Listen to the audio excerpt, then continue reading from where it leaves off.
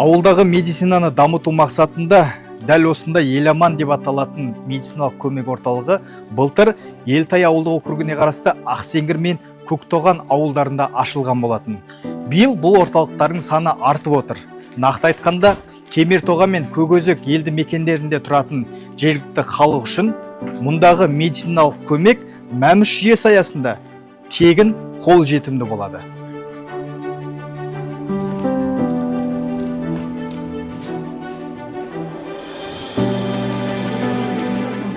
Біз Новоинвест Еламан брендімен қызмет жасаймыз. Жалпы спецификамыз ауылдық медицинаны дамыту бағдарламасы бойынша жекеменшік мемлекеттік әріптестік бойынша жұмыс жасаймыз. 25 жылы мемлекеттік партнер ретінде денсаулық сақтау басқармасы және осы Новоинвестпен договорға шартқа қол қойылып, қазір осы Кемертоған ауылында отбасылық орталық ашылып, Кемертоған ауылының халқына алғашқы медико-санитарлық көмекті ұйымдастырып ашылып жатырмыз. Жалпы бізге Қарасай ауданында 4 ауылдан ашылдық десек болады. Ол Кемертоған ауылы, Көкөзек ауылы және Ақсеңгір, Көктоған ауылдарында. Ақсеңгір, Көктоған ауылдарында ашылуы былтыр 25 жылы болды.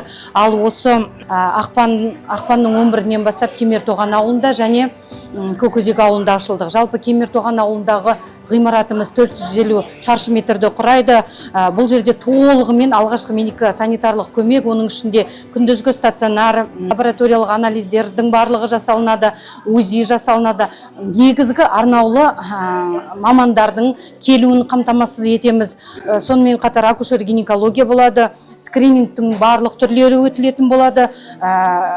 Бір жарым ай көлемінде стоматологиялық көмекті іске қосамыз деп отырмыз. Бұл жердегі көмектің түрі ол жаңағы бекітілген, тіркелген халыққа тегін медициналық көмек және мәмс бойынша көмек жүргізіледі.